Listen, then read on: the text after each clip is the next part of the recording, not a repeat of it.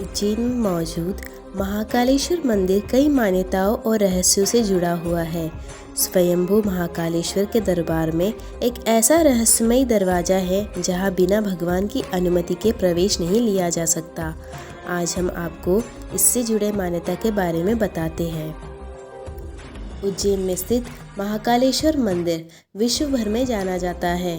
दुनिया भर से श्रद्धालु यहाँ विराजित एकमात्र दक्षिण मुखी शिवलिंग के दर्शन करने के लिए पहुँचते हैं। ये मंदिर अपने अंदर प्राचीन रहस्य और इतिहास को समेटे हुए है। आपको जानकर हैरानी होगी, लेकिन महाकाल मंदिर में एक ऐसा रहस्यमय दरवाज़ा है जिसके अंदर बिना बाबा महाकाल की आज्ञा लिए प्रवेश नहीं किया जा सकता।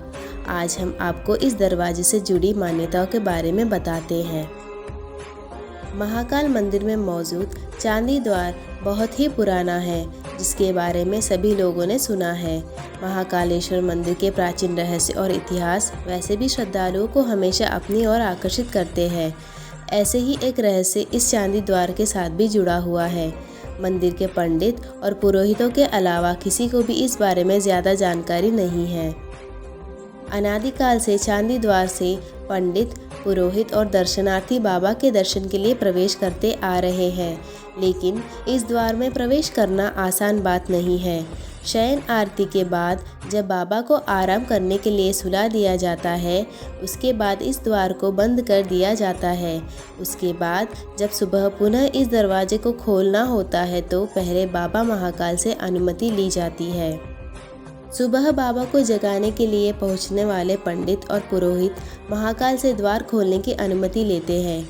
यह ठीक उसी तरह से होता है जिस तरह से किसी के घर पर जाने पर हम उनके दरवाज़ा खोलने के लिए वहां लगी घंटी को बजाकर संदेश देते हैं।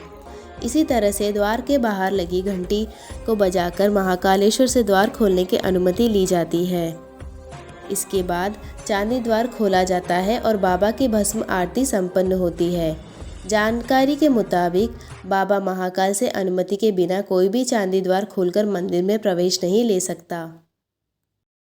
महाकालेश्वर मंदिर में सुबह की भस्म आरती के साथ पूजन अर्चन का क्रम शुरू होता है। इसके बाद प्रातःकालीन आरती और भोग आरती संपन्न होती है। इसके पश्चात बाबा का शाम को विशेष श्रृंगार किया जाता है। संध्या आरती होने के बाद रात्रि में बाबा को शयन करवाने से पहले भी विशेष आरती की जाती है।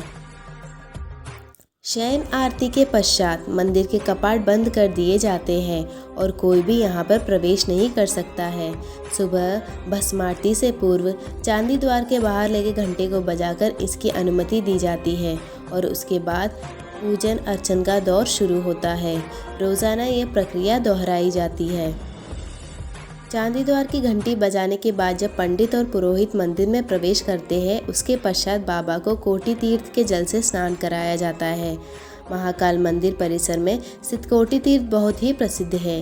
इसमें सभी नदियों का जल सम्मिलित है, इसलिए बाबा के स्नान में इस जल का इस्तेमाल किया जाता है। इसके बाद पंचामृत अभिषेक कर विशेष श्रृंगार होता है।